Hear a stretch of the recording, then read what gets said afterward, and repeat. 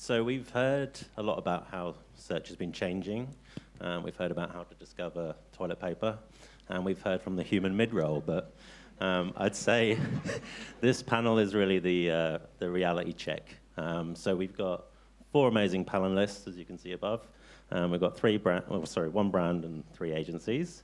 And really, like, they're the ones who have to get found, get chosen, and really proved it works. So let's get into it. All right, so in one line each, what is the single biggest challenge this year that made you rethink how you get found or how you convert? I'll start with you, Chloe. Hi, I'm Chloe. I work at Suncorp, and I think the biggest challenge for us over the last 12 to 18 months is the fragmentation of brand discovery. And that's really made us think how we actually show up and around visibility. Great. Dan? Firstly, I've got to change that photo. I haven't had hair for ages. But in terms of like the biggest challenge that we have, I would say realistically, its teams are still built to operate in a search as a channel, and it's now evolved as a behaviour, and we're still catching up with that. Great. Jarrod?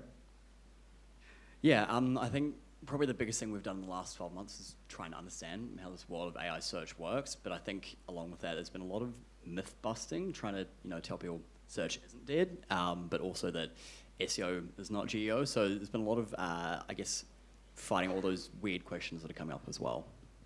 Great. Claire? So the biggest shift that I've seen is that rise of zero click, right? But it's not just that phenomenon. We're also seeing impacts across direct and organic traffic declining for brands, and the flow on of that onto paid search. So higher CPCs, more competition, and trying to stay in that pay-to-play environment. Cool. All right, so building on that, what's the one thing you've changed this year to make sure you or your clients, Chloe, are getting discovered? So I just mentioned the fragmentation of brand discovery, and I think for us it's come to the realization that not all discovery happens within traditional search. So we've had to really adapt our channel mix and diversify across many different channels to ensure that all of the Suncorp brands have that high visibility. Just really where those users are searching. More video? More video, more social, more online video. Yeah, lots of new channels. Nice. All right, and Dan, as the agency, how do you support with that? Well, she has been a very tough client, I must say. She challenges us a lot. But realistically, I think we as a group at WPP Media, we're doing this both locally and globally. We're treating search as more of a total search approach. So you're looking at your organic, you're looking at your paid, you're looking at your emerging services, your retail. All of these different elements are becoming more and more important, and teams need to be integrated more in that way. So what we have now is we've got teams that are collaborating closer when it comes to briefs, so they're integrating on briefs. And then on top of that, like Nirvana, if we're talking Nirvana, AV, it's actually they're sharing KPIs as well, which we're getting to as well, and that's how we're sort of approaching this as well. Great. Did you want to build on that, Claire? Or? Yeah, so at Hatch, we're looking to build additional services and tools for our clients. So we've got our SEO lead here in Sydney who's working on an AI maturity matrix. So helping clients on that journey, because not every client is kind of at that same stage. So being able to really clearly articulate to clients, great, you're in this stage for this area, what does that next best step look like and how can we get you there? So really making it accessible, because it is overwhelming. There's so much to do. So looking across all different surfaces, be that owned, earned, shared and paid, and identifying that next step on the ladder for the client. Nice. Jarrod, anything to add? I think from like Monk's point of view, what we've done is kind of like 2 different pillars. We've got where we've gone in and basically offer a managed geo service, but then also more of the like advisory consulting. So, sitting down with CMOs and talking, hey, your metrics are changing, how you approach it's changing, but it also becomes this more cohesive marketing capability rather than just, hey, SEO now needs to cater to geo. It's more of kind of what Dan was saying, bringing together different teams to all work together to basically drive a level of awareness and brand metrics, but in the world of AI. Great. Okay. Now that brings me on to the fear that a lot of people have is that AI is collapsing website traffic and fewer people are landing on sites, so your top line makes it look like you're losing. But quite interestingly, the commerce and discovery report that the IAB released with Pure Profile in the last week kind of shows the opposite so far. So, and Adrian mentioned this as well, but click-through from searches holding time on search is actually up quite a lot, I think 22%. Is that what you're seeing, Dan? And what does that mean for kind of the different disciplines? That is a cracking bit of research. If you haven't read it, definitely read it. And yeah, very encouraging to see that research say that like clicks like from search are holding. But the reality is that in some categories we are seeing erosion of traffic, and those metrics are a big like concern for our clients. But interestingly, in that research, as you said, like time on search is growing, and we're getting into a situation now where, in essence, you've got a one-to-one relation, like one-to-one conversation happening on these search engines. And so, looking at traditional metrics like traffic is probably not going to be giving you the full picture anymore. I know we've been discussing measurement's going to be hard, but realistically, if you're looking at that and you're like in an environment now where paid search, you can't really leverage clicks anymore to a keyword level or a query level. And then you've got your organic where, yeah, your traffic's decreasing, but what if your citations are increasing? And then GEO, there's a full a gamut of new KPIs that you are looking at. So I'd say that traffic isn't really a viable option anymore as a means for success for channels. Great. Claire, do you agree with that? Where to start? Yeah. So I think it is a little bit of a wake-up call for our industry, right? For a really long time, we've used metrics like traffic as a proxy for success, be that, brand consideration or the success of a digital campaign. But the question I ask for our clients is that traffic even valuable? Does the user have intent? We've heard a lot about bot traffic and bounce rate. Like, these are realities of the worlds that we operate within. So working with my clients, we're trying to identify kind of new metrics when it comes to traffic. So it might be engaged sessions on site, or potentially you map out there might be micro conversion events that are still valuable to your brand, but might not be that end goal. Things like a product page view or engaging with a key piece of content that might be more valuable to your brand than just someone landing on your site. So that's the questions that I'm asking with my clients. And if we zoom out as well, like Dan just mentioned, organic and paid, that total search view, looking beyond just search to also include social profiles, right? That customer journey is becoming way more fragmented, which means if you are looking across the board and you are seeing everything down or potentially some red figures, like that is a concern. But if your online traffic is down, but your engagement across social is high, your citations are growing, like that's a positive story to celebrate. So it's super important that we actually zoom out from just one metric in one siloed channel and look holistically across the board. Yeah, great. Jarrod, have you got anything to add from kind of an advisory consultancy angle?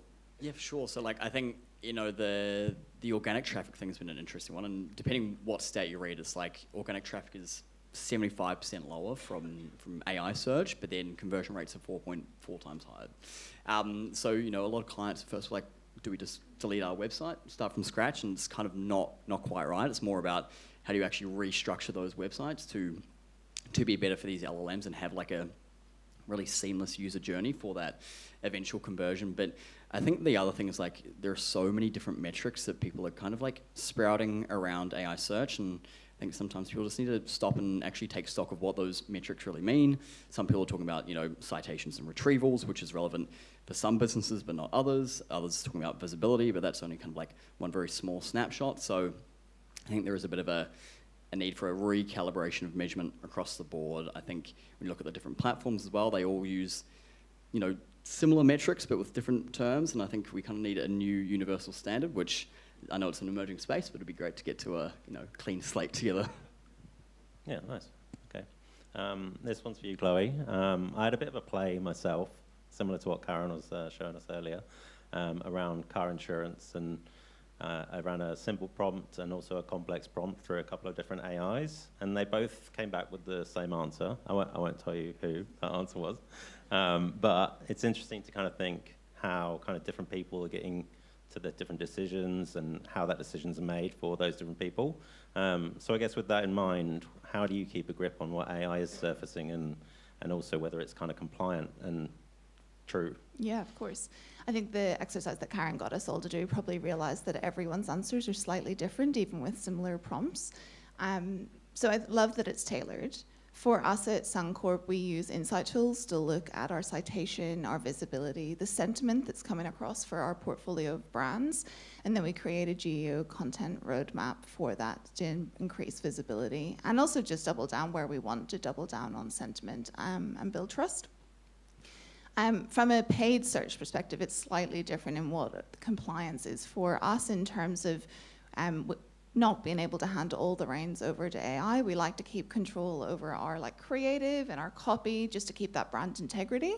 And then we allow the optimizations to be fueled by AI, which unfortunately is not new in search. We've been doing this for a long time, but yeah, with AI being the buzzword, I feel like the focus is very much on search from that perspective. But we have been adapting to it for a long time.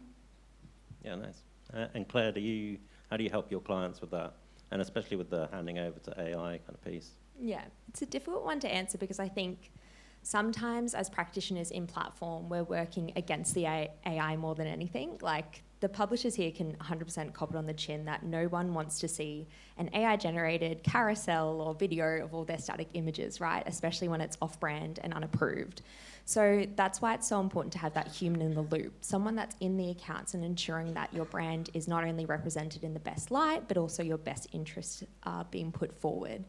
There's probably two lanes when it comes to working with AI in terms of success. The first is in platform. So there's been significant progress made by publishers to work through AI targeting and creative and optimization as well, and you should 100% lean into that with the right guardrails. The second lane is looking outside of the platform, and this is probably where I've seen the most value.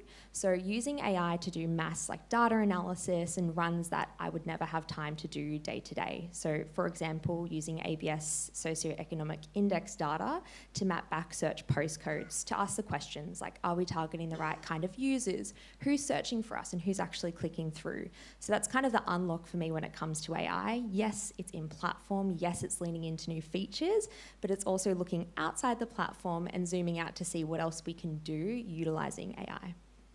Great. Jarrod, anything from you in terms of how your clients are managing this?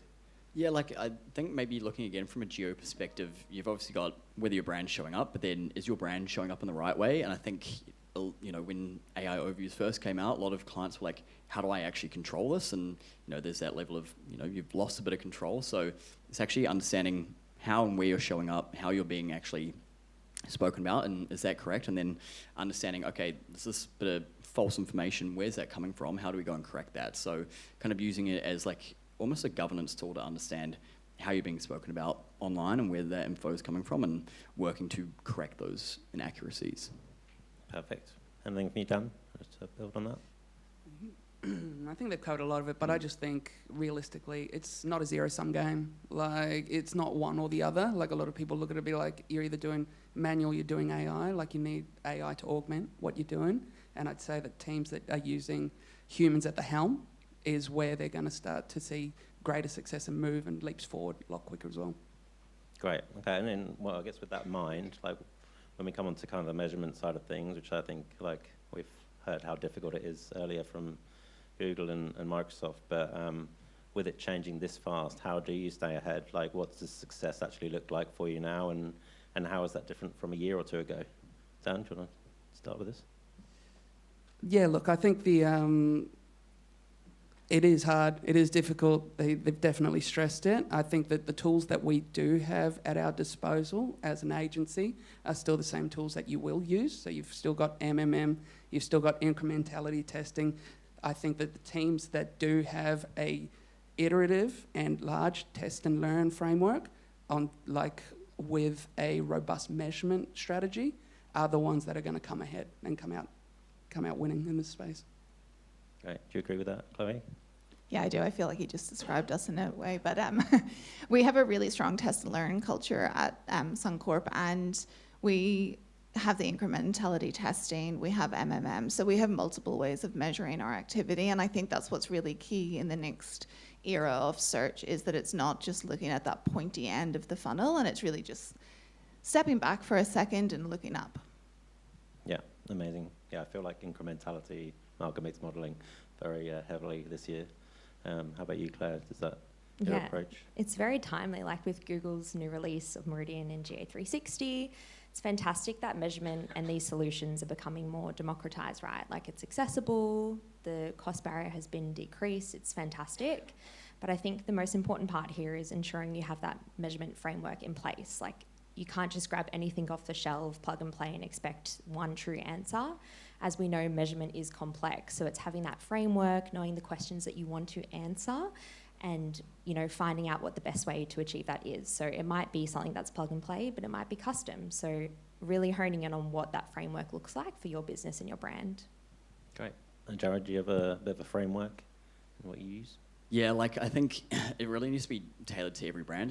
Different metrics will matter more important based on your brand positioning and what you're actually trying to achieve with search. But I think another thing we've kind of seen with this AI search landscape is, with kind of traditional search, you can get all this data out of Google, but now we're dealing with all these different LLMs that aren't actively sharing information with you. So we have no clue what search volume actually is. We have no clue what people are actually searching. So you can use these tools, but they're all very directional, and they're all kind of giving you simulated data that's not actually reflective of how a user's really searching. So I think it's kind of a new era where we're needing to take a lot of this data as directional, but use a bit of judgment to understand what's real or not. But ultimately it does come back to using, more advanced measurement tools to try and understand that full user journey now with Triple M basically. Yeah, great. And so say with like a ChatGPT and you're getting very limited traffic coming out there, as JJ covered on. But like how do you then use the traffic that you do see from ChatGPT to kind of be a proxy for what's more broadly happening in that platform?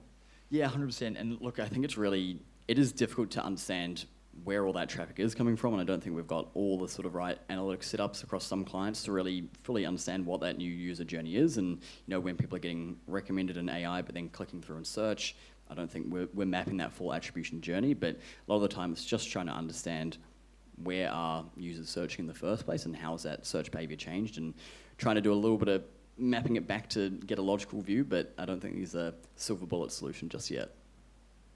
Fair enough. All right. On to kind of our last pointy question. What's the one unproven bet you'd make right now about what actually keeps a brand discoverable and converting in 2 years' time from now? Claire? Kick off. From a performance marketer and like a diehard search professional, I would say build a brand worth finding. I think the panic you will see in my eyes when a client comes to me and tells me that they just want to shift more and more spend over to search to capture demand, that is not looking long term, that is not being future focused. So for me, it's really all about building brand and finding that balance for your clients. Like Karen touched on it before, having that consistent niche, clear message that you're putting out there. That's what the LLMs value, but it's also what humans value. If you actually stand for something and you're consistent in that message, then it makes my job as a consumer so much easier. How about you, Chloe? Well, I love that we're in sync, and I almost thought about changing my answer, but I'm going to double down on it. I think building a brand is going to be really important over the next couple of years for a couple of reasons. I think you've got AI and it's generating summaries and recommendations, and it's just if you don't know the brand and you don't have that trust and that familiarity and the confidence in it as a consumer, why would you spend with that brand? So I really do think that the brand, building that investment and capturing that audience is going to be really important. Definitely. Okay, Dan? I reckon given Agentic's coming out, everybody is going to be worried about their brand being commoditized. Instead of having somebody look up GIO insurance, they find me the best insurance. Individuals are going to have to develop a new skill set. And so my big bet here is that brand buyers and search practitioners are going to be synergized, and they're going to be working together, and it's going to be one skill set in the future. Crazy. Okay. Jarrod? Yeah. Yeah, good luck on that integration. I know, but I fully agree, and I think at the end of the day, geo and the metrics in geo are kind of a representation of your brand health. So brand awareness, visibility, brand consideration, your sort of position and ranking within AI search. So there needs to be a lot of investment in building your brand on these online environments, but also understanding which online environments are the right places. And so I've done a heap of research, looking at retail, but then, subsets of, fashion versus electronics or fin services. Every vertical, every subcategory you break it down into, they all use different sources to basically generate the answer within each LLM. So it's kind of understanding where are the right places that you need to be investing the time and the resources to build your brand. And Reddit's a huge one, but then there's a huge rise of social UGC, content creators, affiliates, but it's all kind of doing your own research and understanding relative to your category what's fueling the LLMs with all the right information and trying to build the brand there. Awesome. All right. Well, I think that brings us to an end, but if anyone's got any questions, we might have a couple of minutes, I think. Oh, at the top.